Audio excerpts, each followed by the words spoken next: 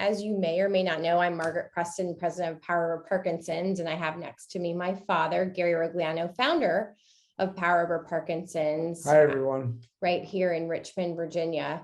We are so excited to have Dr. Daniel Corcos here today, the professor of physical therapy and human movement sciences at Northwestern University, here to show us, as the slide illustrates, the exercise prescription for Parkinson's disease. So a wonderfully important topic, and we're so excited to get started. I'm going to run through a few housekeeping measures, but other than that, we're going to save all the time for Dr. Corcos and his presentation. He should be on your side spotlighted, so you should not need to pin him or change any video setup. The presentation and that initial slide should be what you see primarily on a large portion of your screen. We plan to mute all of our participants, of course, to ensure a great experience and not have any feedback associated with any dialogue. For those who have submitted questions ahead of time related to exercise, Dr. Corcos has received them and plans to address them during the presentation. And of course, should you have any questions that pop up throughout the presentation, we really encourage you to use the chat feature of the Zoom. So send them along and we'll review them and certainly try to get to them during the Q&A portion of the presentation. And I think that does it on our end. So without further ado, we'd love for Dr. Daniel Corcos to get started and educate us on exercise. Well, thank you, Margaret. Thank you, Gary. I'm really quite delighted to be able to talk to all of you today. It's always a privilege to be able to talk to people about exercise and Parkinson's disease, and I will be sharing with you what is considered the exercise prescription. As you can see, Parkinson's disease can certainly affect very famous people. I'm not sure if anybody knows all four people, but we have Deborah Kerr, we have Janet Reno, we have Linda Ronstadt, and most of you, I'm sure, will get Neil Diamond. So this is a disease that affects males, females, pretty much affects everybody. Many years ago, I went to NIH to propose writing a grant, and one of the program officers there looked at me and he said, "Daniel, it's just exercise."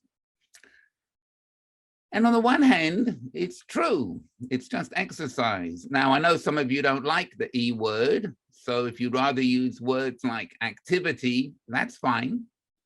And as we can see in the slide, it's been known for thousands of years that lack of activity destroys the good condition of every human being, while movement and methodical physical exercise save it and preserve it. Plato knew that when he was talking to Aristotle. However,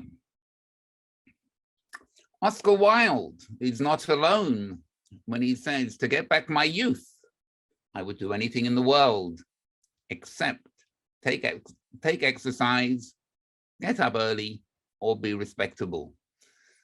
So the act of going out and doing activities can be for many of us quite hard. What I hope to do is to persuade you that the evidence is so absolutely compelling that it's good for you, that even though it may not be your number one passion, you decide that you owe it to yourself. So by the time I've finished the presentation, you should know quite clearly that progressive resistance exercise twice a week is good for you. Endurance training 3 times per week is good for you.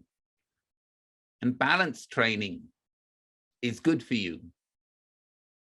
And you should know that all 3 types of exercise are part of the exercise prescription.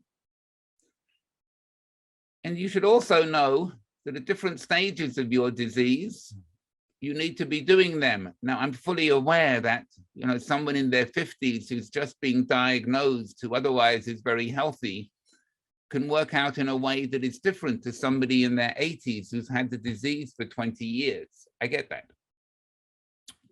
The fundamental principles apply.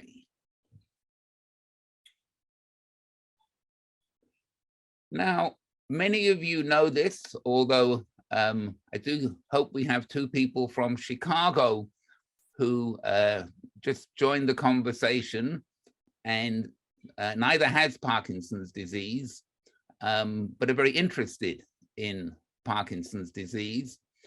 And here is the problem that people with Parkinson's disease confront. Now, it's also the case that as one gets older, one also confronts many of these aspects. At some level, Parkinson's disease has a lot in common with aging, but there's some other things that happen. And what is very interesting, and it's a major field of research, is what happens in what is called the prodromal stage. There's a very strong school of thought that one can have, quote unquote, had Parkinson's disease for maybe 10 years before one's diagnosed. Classic example is rapid eye movement sleep behavior disorder, depression, anxiety, constipation, hyposmia. There's work showing altered heart rate metrics. And 10 years ago, there was evidence from carotid stenosis altering ECG. And then at some point in time, one will see a movement disorders specialist. I strongly recommend everybody sees a movement disorders specialist. And based on a combination of slowness of movement, resistance to passive movement, and tremor, a diagnosis is made. And then on the motor side, there are fluctuations, dyskinesias, postural instability and gait, falls. Falls can happen earlier in the disease. And so what we're trying to do is to find ways to slow the rate at which all of these events happen. So this is the problem. So what is the solution? Well, the solution is resistance, cardio, and balance exercises. And one has a pyramid here, and it's all good for you. Whether it's progressive muscle relaxation to slow walking yoga, all the way up to high intensity. One of you asked, is swimming appropriate for people with Parkinson's disease? My general principle is people with Parkinson's disease are no different to anybody else. Yes, there's a nigrostriatal dopaminergic tract issue. Yes, the lack of dopamine does cause problems, but to all intents and purposes, just like everybody else. And since swimming is good for everybody, it's good for people with Parkinson's disease. It has a specific advantage that it's low impact. And if you do happen to trip, the worst that happens is you get your hair wet, which is not really of any great consequence. When I go out to work out at a gym, I see lots and lots of people doing exercise in water. It's good for one's joints. I think it's great, whether you do swimming or whether you do aerobics in the water. Whoever asked that question, great. Now, the evidence is phenomenally overwhelming that activity is good. So one way one understands if an activity is good for one is you look at large data sets. And then you ask yourself the question, are there characteristics of people which predispose them to do well? Or are there characteristics which predispose them to do badly? So the obvious characteristic which was highlighted clearly by epidemiology was smoking. Now, of course, anytime you're looking at large data sets, there's always the problem of causality. There was a causality issue with smoking. But when we look at the epidemiological studies, it's clear those in midlife who routinely engaged in moderate to vigorous exercise have a lower risk of developing Parkinson's disease than those who don't. Cardiovascular fitness is associated with better cognitive and motor scores in those who have Parkinson's disease. And also longevity in Parkinson's disease is associated with increased physical activity. These studies are clear and important.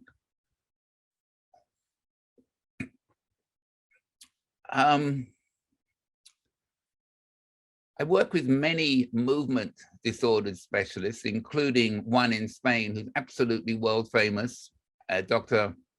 Obeso. And when he sees a person for the first time, he really wants to work on their general health, first of all. The idea being that if you get your general health in good shape, your Parkinson's disease is much easier to live with than if you've got other health-related issues. So if you work on your fitness, okay, then you can minimize the impact of other age-related problems. So one can have vestibular loss, neuropathy, spinal stenosis, lower back pain, arthritis, osteoporosis, prior strokes.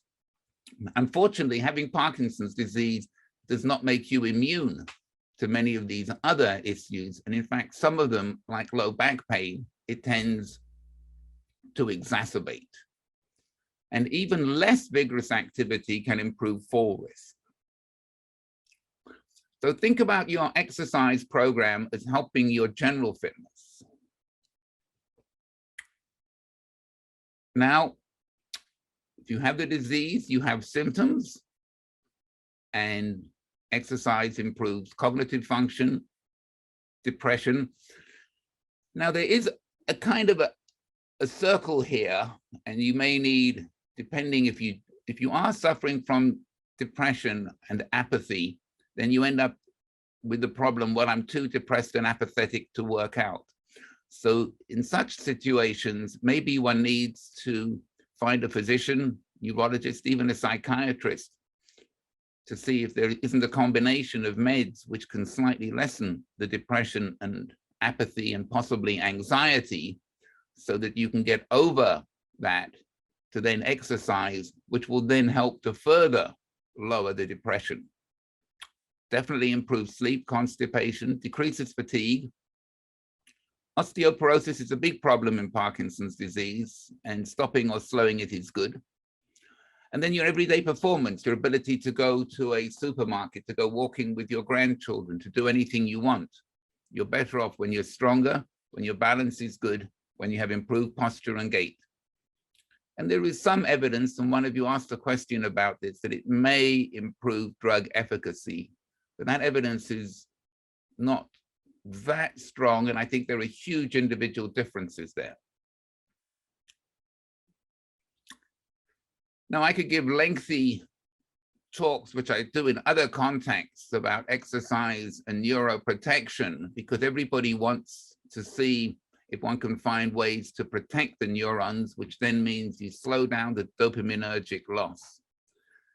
And predominantly from animal studies, there's considerable evidence that it may enhance dopamine signaling. So anything you can do to improve dopamine regulation endogenously is good. It can increase nerve growth factors, certainly increases blood flow to the brain, and that is good because your neurons need oxygen. There's an immense amount of work going on now on the immune system, and there's strong evidence that exercise is beneficial for the immune system, and there's compelling evidence that Parkinson's disease might be compromising the immune system. Decreases oxidative stress, increases nerve connections, and it may increase the production of new nerve cells. So you can see that the kind of theoretical reasons for doing activity are quite compelling. In 2013, I published in the journal Movement Disorders the results of a progressive resistance exercise study. This was a 24-month study, and the primary outcome measure was the Unified Parkinson's Disease Rating Score. It's an assessment of how Parkinsonian a person is. Here we have the y-axis, and this is a change from baseline. So when you subtract the baseline score of baseline, you get 0. And what you find is the progressive resistance exercise group improved by about 7 points at 6 months. And there was another group, Fitness Counts, which did generalized stretching activity.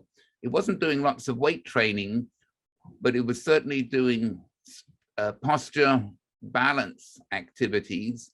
And it turns out that when you take people who are very deconditioned, the biggest change you get is anything against nothing.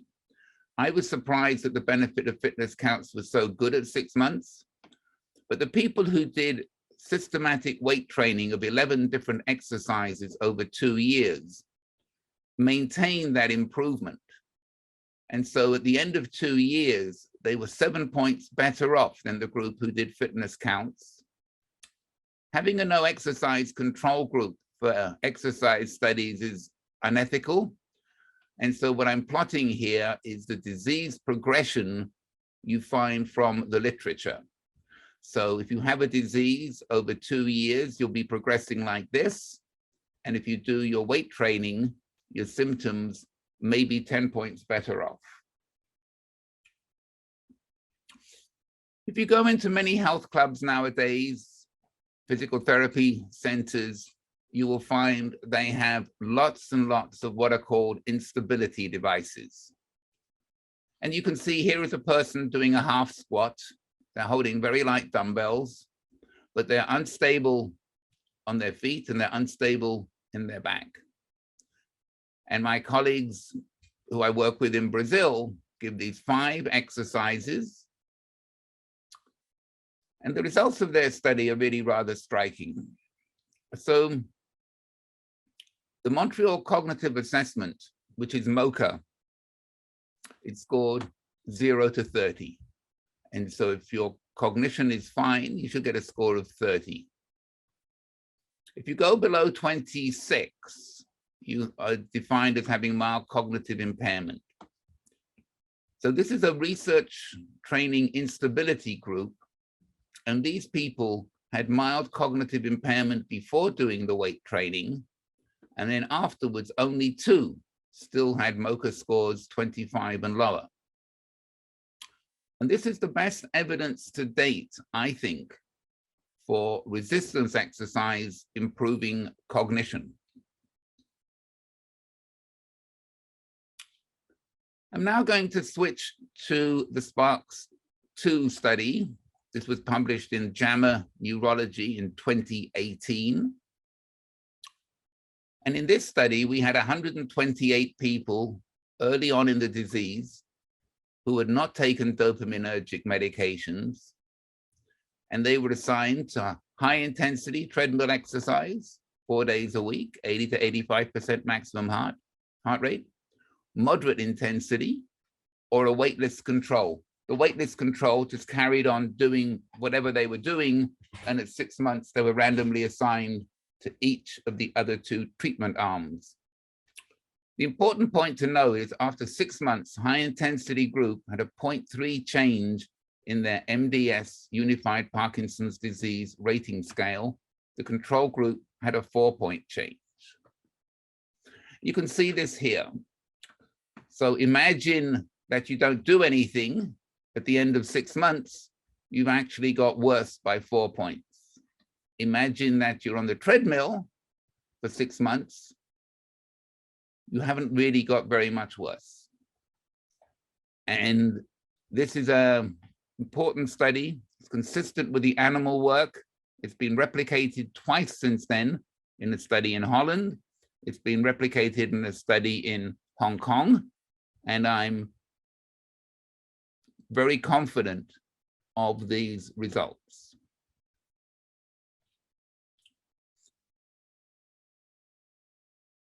Now, the next slide is going to be a little bit hard for some of you to follow. So I'm going to go through this very carefully.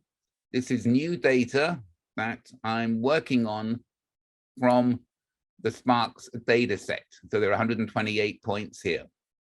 And one of you asked the question, even though I am exercising quite vigorously, my heart rate does not always raise very easily. Any suggestions?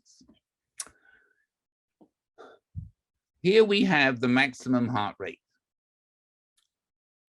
And here we have age. And what happens is that your heart rate drops as you get older. And you can see that for the blue circles, the red circles, and the black circles. There's a formula, which is 220 minus your age. So I'm 68, so my maximal heart rate should be about 152. And this line here is 85% of maximal heart rate. And what happens is, if you are below that, physicians will use the term chronotropic incompetence, okay, which simply means that you can't really get the heart rate up to where you should be. Now, the black circles of the 50 of you that I'm talking to, or maybe 58, 12, 13, 14 of you will be on beta blockers. Now, if you're on a beta blocker, there's a distinct possibility that that will drop your heart rate. So if the person who asked the question is on a beta blocker, that will suppress your maximum heart rate. If you're not on a beta blocker, and if you're trying to exercise and you cannot get your heart rate very high, so for example, these people, so at 65, a little about 60, this person here should be able to get their heart rate up to about 160, but they can't. And so my advice, and this will only be a small number of you, that if you are exercising vigorously, and if you cannot get your heart rate up, I would see a cardiologist, and I would have what is called a stress test. And then they will put you on a treadmill. They will measure your heart rate as they increase the exercise. And if the bottom line is that your heart rate is not going up consistently with the exercise, then they will talk to you about what it means. I wouldn't be concerned about it. We ran 128 people in this study. There was no negative consequence, but it is something we want to understand more, and it is something which is prevalent.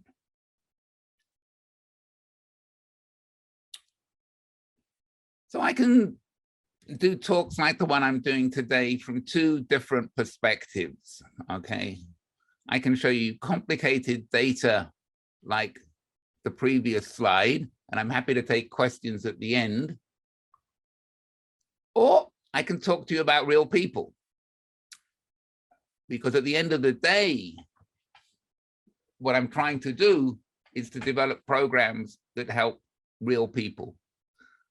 So we got this wonderful email from Javella Simmons, and she wrote, "Good morning. I just wanted to reach out and say thank you so much for this study, SPARKS-2. It has fueled me, empowered me, and encouraged me to fight Parkinson's disease like a warrior. While I don't qualify for your new study, it's called SPARKS-3, I'm a testament to the positive effects of your research. In October 2015, at the age of 51, I was diagnosed with early onset Parkinson's disease. I'm now 58. My medication, Azilect, Nupro, and exercise. Notice the exercise is italicized and capitalized. I go to work out at least 5 days a week. Since reading about your research, I celebrated my 1500th class this week on December 21st. Mission possible. Today was a major milestone for me. I remember day one vividly, June 19, 2015. I was tired, overweight, and stressed to the max. Thanks again to More Life." So you can see there is Javella and there is the warrior. And now you can see, looking pretty good. And this is a person who back in 2015 perhaps wouldn't have been quite as comfortable sharing slides like this. Skilled exercise is also very good. There's a lot of work done on tango. There's nothing magical about tango, but dancing the tango can improve Parkinson's disease symptoms and reduce fall risk. I would encourage exercises like dancing. So why not why not be both a warrior and a diva? They're not mutually exclusive. And so I would certainly advocate. At least 2 of you asked about Rocksteady Boxing. Now, this is my favorite slide that I present, because what you really see is a group of people who are determined to come to terms with their disease and just get on with life. And they look to me a pretty impressive group. One of you does Rocksteady Boxing 6 days a week. Should I do anything else? Walking? Well, if I had the disease, I would do Rocksteady Boxing perhaps twice a week, and I would certainly do the resistance training, and I would do the weight training. But at the end of the day, the most important thing is to do something. So if you're doing Rocksteady Boxing 6 days a week, and what gets you there is meeting your friends, and if the thought of a treadmill is anathema, and the thought of lifting a weight is even worse, Rocksteady Boxing's terrific. So I wear 2 hats when I give these presentations. One is simply an advocate for all forms of exercise, which I am, but I'm also a scientist. And the evidence for the benefits of exercise really come from endurance and weight training. I'm sure Rocksteady Boxing is terrific. There isn't yet the data with the same magnitude of effect as the other 2 modalities. Tai Chi is very good for you. This paper was published by Fujian Li in New England Journal of Medicine in 2012. And he had Tai Chi, which he compared with a very gentle resistance training, nothing like my progressive resistance exercise training or the resistance and instability. And he showed significant improvements in maximum excursion and directional control. So the bottom line is posture and balance improved. And Tai Chi is very good. So what have I told you? Weight training 2 times a week. Effect size is what statisticians get from looking at lots and lots of studies. They ask, how big is the difference between 2 means? How much is the variability? You compute a ratio of a difference between means and variability. That's your effect size. 0.5 is impressive. Endurance training 3 times per week. I was asked questions about high intensity interval training. It's very popular. I think it's very good for Parkinson's disease. There's no clear, compelling research evidence yet.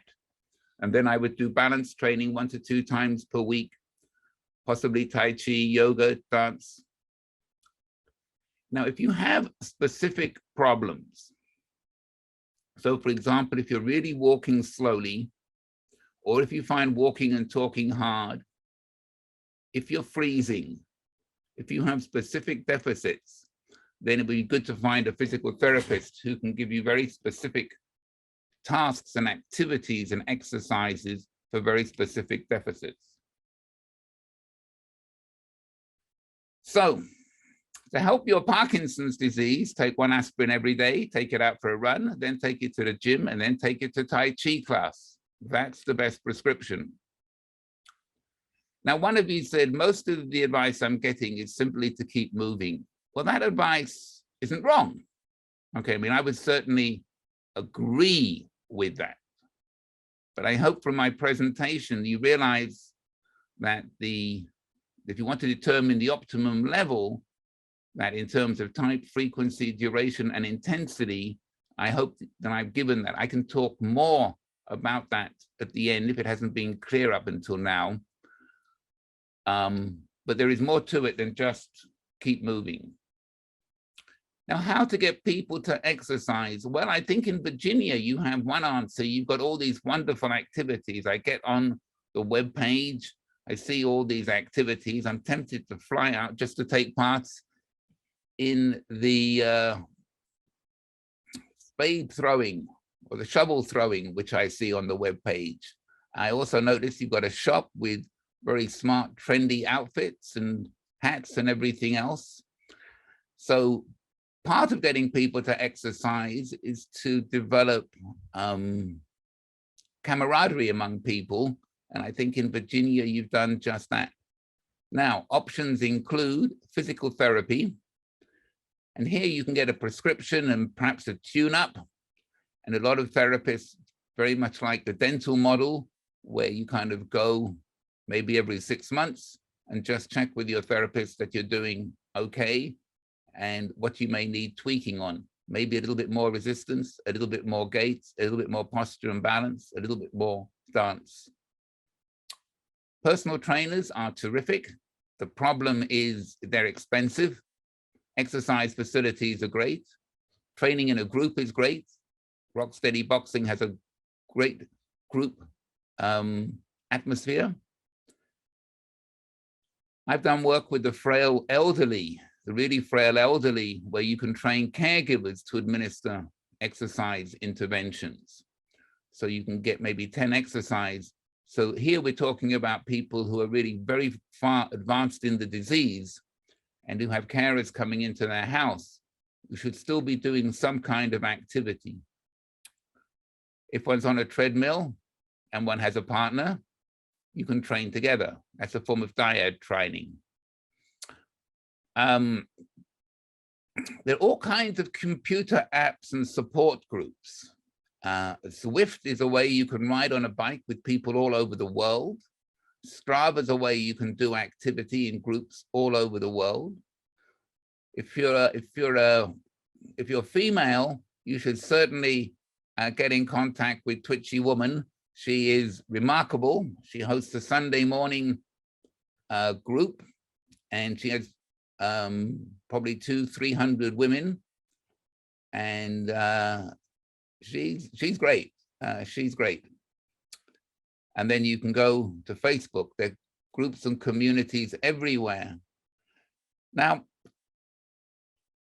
early on, we started with Oscar Wilde, and I think we need to come back to Oscar Wilde. To love oneself is the beginning of a lifelong romance. And so if Oscar was around nowadays, and if he had Parkinson's disease, I would begin to tell him that you need to start loving yourself and fall in love with activity. For those of you who are really interested in getting into this at a different level of detail, I understand I'm talking to people with very different degrees of sophistication. The American College of Sports Medicine has a chapter, and part of it is on Parkinson's disease. And I wrote that part. And so it's current, and it will give you much more detail. You can get this from Amazon or many other places. I work very closely with the Parkinson Foundation. You can get online, and I can make some of this available to Margaret and Gary. And this really breaks it down into aerobic, strength, balance, agility, and multitasking and flexibility. One of the reasons I'm very delighted to be talking today is because Margaret and Gary have a commitment, a very deep and abiding commitment to make activity available to everybody, not just those who can afford it. There's also differences in socioeconomic status. Parkinson's disease affects everybody. And so we've also worked on documents, which we've tried to make a little bit simpler and a little bit easier to follow. So not everybody can follow along with all of the science that goes behind it. And sometimes it can be quite overwhelming.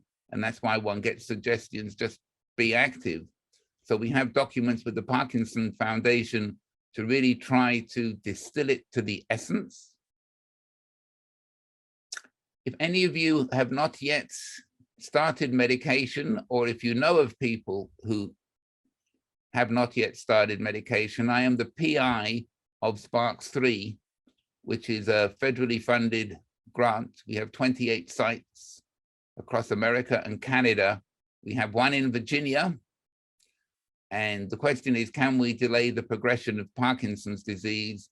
This is a dose response study, and we're certainly looking for people to take part. And there's no doubt that taking part will be very good for you. So there's a web page here. You need to have a disease duration of less than 3 years and not taking symptomatic medication. So I want to thank you very much for paying attention. As I say to a lot of people who have dogs, could you imagine not taking your dog out for a walk? And whenever I do this live, I don't get a single person who can imagine not taking their dog out for a walk. It's good enough for a dog. It should be good enough for you. So I'm now going to walk through the questions. So is swimming appropriate for Parkinson's disease? You can go and look up on the webpage. I've already told you that it is good. And there's a webpage there from the United Kingdom. I would have thought that sun exposure is actually really good for people with Parkinson's disease because you certainly want vitamin D. And if you look online on the Davis Phinney Foundation, which is really quite excellent, it talks about sunlight and Parkinson's disease, and you can see there the egg and the sun. So now clearly you don't want to get cancer, so you have to wear the right skin guards, etc., etc. But the idea of sun exposure, which is done carefully and cleverly, I think is really, really good. Is there an exercise that can help to improve stability? Absolutely. You'll see there's exercises at this webpage on the postural instability. I showed you several, and all the activities, dancing, etc., Tai Chi, yoga are very good. Most of you can't see these. It's very small, but I'm just going to kind of go through them quite quickly. I've already dealt with one of these. Most of the advice I'm getting is simply to keep moving. How do I determine the optimum level, type, frequency, duration, and intensity? So it's weight training twice a week, endurance 3 times, and then fit in some posture balance. What is the level of exercise and the time frame someone with PD should schedule weekly? You know, a lot depends, and you've got to listen to your body. I have a Zoom meeting every month with about 50 people. Some love to exercise every day and feel lost without it. Some are closer to 4 times a week. At the end of the day, I think 5 or 6 days a week would be great. That's what I do, and that's what I would recommend. Now, boxing is not better for Parkinson's than other exercises. There's no evidence to that effect. Now, it's very, very good. Now, you're right. I'm a musician and didn't enjoy boxing. I'm doing lots of other good exercises, and that's absolutely okay. I think if you love it, then it's great. But if you don't love it, there are lots and lots of other ways. So it's a little bit like music, you know. Some people love rap, others prefer Beethoven. You just got to find what really works for you. Now, Rocksteady Boxing is promoted as an exercise for Parkinson patients. I really walked through what I recommend. So for me, no more than 2 Rocksteady Boxing a week, but they are really good. Question 8, is it better to exercise intensely for a short duration or moderately for a longer duration? We really don't know the answer to this question. We do know that if you do 30 minutes 4 times a week of endurance exercise at 80 to 85%, you have a warm-up of 5 minutes, a cool down of 5 minutes, that shows great promise for slowing down disease progression. No, we haven't got other studies that have done better than that. What is the best exercise for PD patients with cognitive issues? Okay, it's combination. I walked you through earlier on the epidemiology. Endurance exercise or cardio is good, weightlifting, both is good. It's not one or the other. Don't cut back on the resistance training. If somebody asked which one, if you're only going to do one, which I don't recommend at all, but if you were to ask which one, I think the weightlifting is actually got the stronger data, but you need your cardio. As I mentioned, interval training can be very good. What some people may do is have 2 or 3 interval bursts on top of their 80 to 85%. So you're going steadily 80 to 85% and then taking it up a little bit. Some people really love interval training, others don't. I've talked about the stability exercise. The use of dopamine medications is impacted by exercise. Can you take less? Does it stay the same? This you should do in conjunction with your physician. And, you know, for some people, they need a little bit of dopamine to give them the boost to go out and exercise. There is a feeling that maybe you can take less over time. That hasn't been clearly demonstrated. And what is very clear in Parkinson's disease is there are immense individual differences. So this is something you can experiment, especially if you've got a good physician to help you. Question 13, if you use your dopamine while exercising, do you have to take more after high intensity exercise to replenish? I don't know. I think at the end of the day, that makes a lot of sense, but you may also get more endogenous dopamine. And so I think you've just got to talk it over with your physician to get the optimum balance. Does physical activity affect the absorption rate of carbidopa? I take an extended release pill. Any impact? Don't really know the answer to this. It hasn't really been studied extensively that I'm aware of, but then at the end of the day, I just think one should gently experiment to find out what works for you. Should your daily exercise occur in one exercise session? Does it help if you spread throughout the day, thereby keeping your heart rate up for more time? Well, there are different parts to this question. A lot of people I talk to with the disease do like doing quite a bit of early morning stretching when they get out of bed. They're really kind of quite stiff, and they do like to do some movement to get going. Your heart rate should be up 80–85% for at least 30 minutes. Nobody's done the study as to whether 30 minutes is better than 2 times 15 minutes. The literature, the SPARK study, which has been replicated twice, is simply 4 times 30 minutes. But we're all different. We're all different. And at the end of the day, you need to decide what works. Are particular exercise modes better than another? At the end of the day, there's no compelling evidence. There's a lot to be said for using them all, because what athletes do is cross-train. If you use different devices, so a treadmill exercises your leg muscles in a different way to what a rower does, which does your back and your arms. We discussed swimming. I'm very much a fan of rowing because I think it's more whole body than the other activities. If you do row, start off slowly and be careful. I just put my back out for a week by getting a little bit too aggressive. Do you need to exercise every day? I think not. And I think there's a lot to be said for taking a day or two off. First of all, exercise is just part of what you need to be doing for yourself. Sleep is terrifically important. You should be on a sensible diet, and you need time to recover, and you need to listen to your body. And sometimes your brain just needs a day off from working out, and your muscles do. So I think taking 1 or 2 days off per week is good. I have talked to people in my working group, and they're not interested in taking a day off. So at the end of the day, we're all different. At this point in time, I'm going to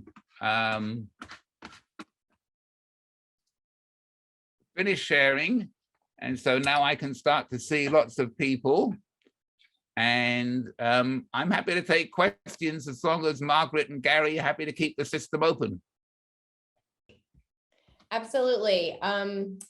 If I can ask a couple of questions that came in through registration after what I sent to you. One was regarding yoga. So what are your thoughts on yoga? as a form of exercise for Parkinson's? I think yoga is great. Now, I want to be very careful here because there's yoga, yoga, yoga, and yoga. So you read the literature and you find that there are some very, very, very energetic forms of yoga, and they get good results. If I was anxious, apathetic, depressed, I would certainly work on the kind of the mind-body part. It is good for strengthening. Certainly, if I had a lot of rigidity, I would be doing a lot of yoga. So I'm a big fan. I'm a big fan of all the activities. I think they are all terrific. And, you know, it's really a little bit like diet. You need a little protein, you need a little fat, you need a little carbohydrate. Going on just an all protein diet, not a very good idea. And going on an all fat diet is pretty much a very bad idea. And so at the end of the day, you need fat, carbohydrates, proteins. You want to make sure that you get your vitamins either from your food or from supplements. And really exercise is hitting that kind of sweet spot of everything. So we received, as our discussion was elaborating on yoga, we did receive something in the chat. Is there any neurophysiological rationale behind yoga or boxing? Neurophysiological rationale.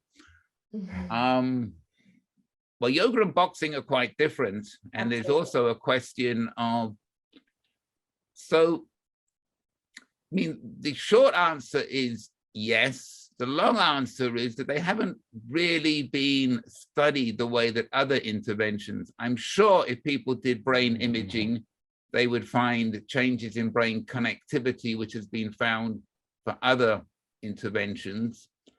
I'm quite sure that if people drew blood biomarkers, and if people were stressed out and were high in inflammation, that there would probably be a reduction. So I would put money that there is a very strong biological basis. It's also very hard to show. The kind of studies that are needed are immense. Yeah. Moving on to heart rate monitors. Do you recommend I monitor my heart rate by using a heart rate monitor while exercising? Absolutely, 100%. That's the only way that you know, it's a little bit like asking the question, should I just grab a handful of pills and eat them, or should I go and get my 20 milligrams of whatever my pill is? Okay, we know that when the heart rate goes up, it's good. I absolutely have a heart rate monitor. I absolutely lock myself in 80–85% for some of my exercise routines. It's also the only way to know whether you may or may not have chronotropic incompetence.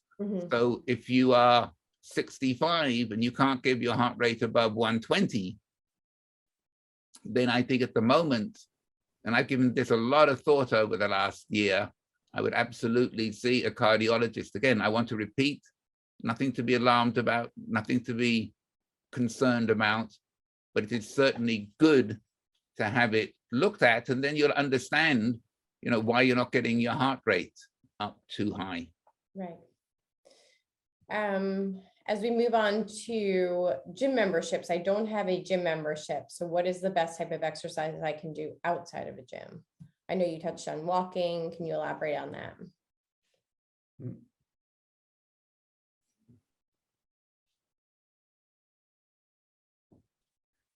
So we now live in a new world.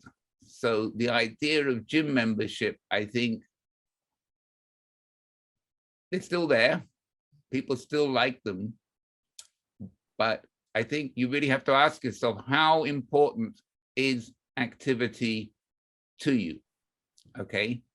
Now, if activity is important to you, then you have to ask yourself, how big is my home? Now, if I look right behind me, within 1 yard of me is my bike. So I have a bike at home, and I do all of my, I can do all of my cardio on my bike at home. There is nothing stopping one having a set of weights at home. In fact, if you get really good, there's nothing stopping one doing a lot of resistance exercise just using your body weight. So push-ups and activities like that will certainly strengthen one. For those of you who need help, there's all kinds, just go on the internet, just Google Movement Revolution. They're out of Chicago. I work with them very closely. I've got a friend who attends my monthly meetings up in a tiny little island of northern Canada, and he zooms in to do exercises with Movement Revolution. So COVID is on the uptick again. There are lots of reasons, by the way, I love health clubs, so I'm not trying to talk people out of going there, but there are lots of reasons not to go there.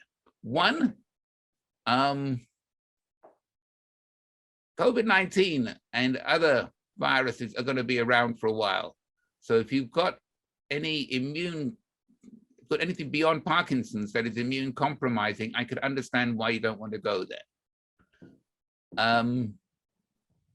Some people are quite comfortable being around people 20, 30, 40 years younger in absolutely great shape. Others are totally intimidated and don't like it. So finding an exercise facility where everybody looks like you isn't always easy.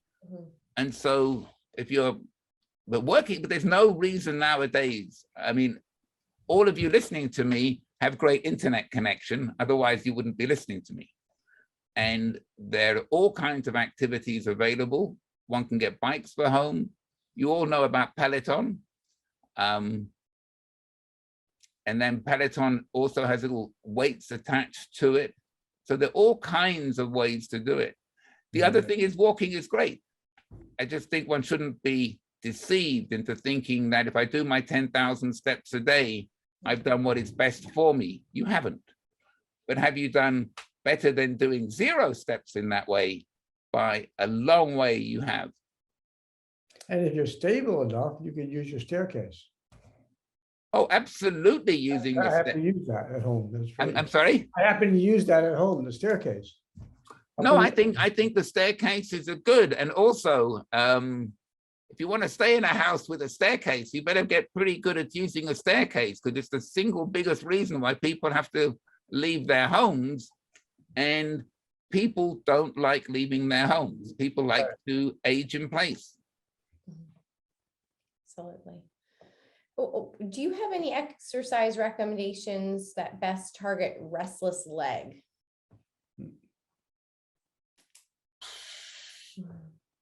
Very specific question. Yes, I mean, it's very, very hard. So the answer to that question is no. And the next question, which is going to come in, is also tremor. Restless leg syndrome and tremor are different. But what they have in common is a certain rhythmicity. I mean, tremor is much more rhythmic and predictable. So rest tremor of Parkinson's disease is about 6 times a second. Restless leg syndrome is not quite as predictable as that, but no, it should be studied. If it was me and I had restless leg syndrome, and I was really trying to work on that, I would probably go the yoga and other techniques to basically teach yourself to calm down the body. But I'm not aware of any study on that. Well, I think those were the questions that I received. I know we have a few more minutes of 2 minutes of Dr. Corcos. Well, I can stay on afternoon or 1 o'clock your time if it's helpful, but Margaret and Gary, you're so busy. I'm sure you're running off to another activity. Whatever's good for you lot. No, I'd like to exercise. I'd like to ask our gang who still remains, if you all have any questions, feel free to let us know and we can unmute you. You can type in the chat box. Now is your time. Also, if either Joe or Daniel is on the line, if one of them could just say made it or something like that. Oh, we did.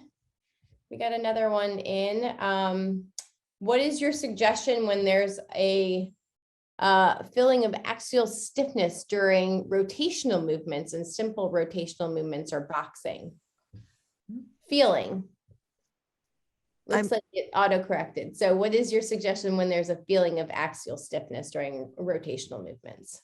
I think, the standard treatment or suggestion there is always just kind of relatively slow stretching, just question of working on range of motion and stretching out the muscles.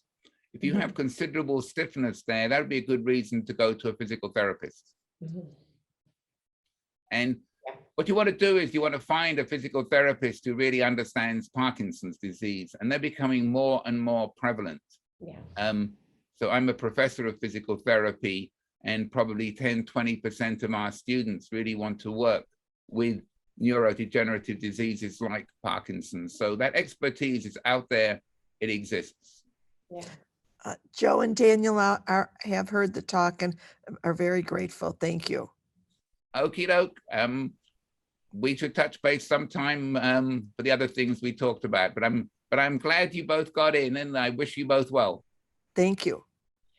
Daniel, I think we got one more question, if it's okay. Talk to us about osteoporosis and PD. Can you say a little bit more? I know you mentioned it, but someone, I guess, wants you to elaborate a pinch on osteoporosis and PD. It is more prevalent in PD than in other age-matched groups of people. It is a big problem because it means that if you fall, the possibility of a fracture goes up.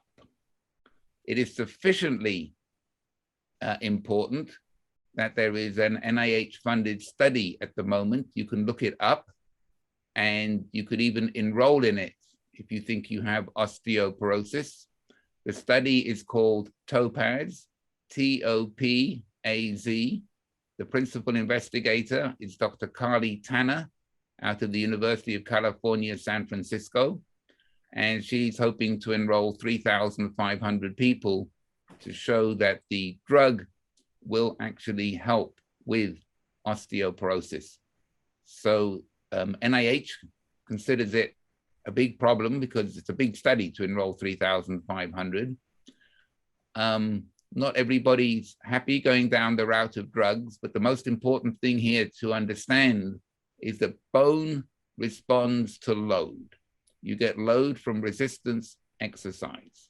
So if you have a propensity to osteoporosis, and this is a higher prevalence in women than men, men also have it, but the prevalence is higher in women, all the more reason.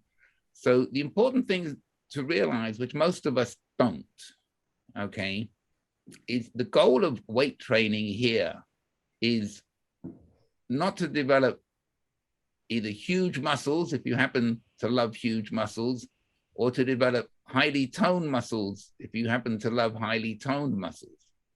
Really, the goal is, the evidence is very strong that it helps the brain, because when you activate muscle, it's the brain which causes the muscle to contract. And the activating the muscle puts a load on the bone. And when you load the bone, you do wonders for helping bone strength and integrity.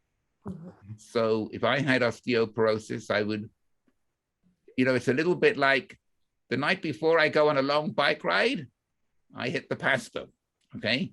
If I hit that amount of pasta every day of the week, I'd be twice my size.